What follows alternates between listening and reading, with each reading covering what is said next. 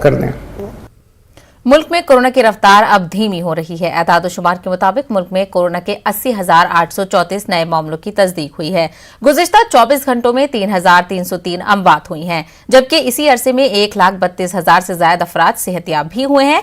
मुल्क में कोरोना के 10 लाख से ज्यादा एक्टिव मामले हैं, जबकि मुल्क भर में कोरोना के खिलाफ लड़ाई जारी है और वैक्सीनेशन के अमल को तेज किया जा रहा है। मुल्क में अब तक 25 करोड़ से ज्यादा लोगों को वैक्सीन दी जा चुकी है।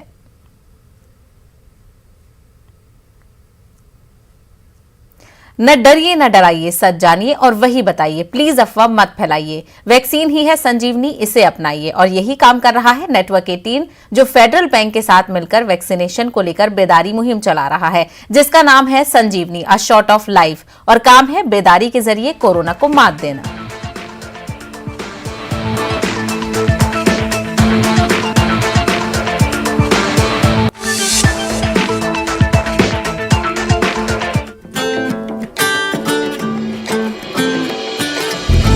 लगा जरा टीका लगा, जब अपनी बारी आए टीका लगा। हो ये जो ढाल सी है वो कमाल सी है, संजीवनी आई यहाँ।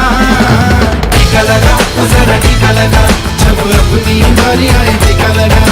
टीका लगा जरा टीका लगा, जब अपनी बारी आए।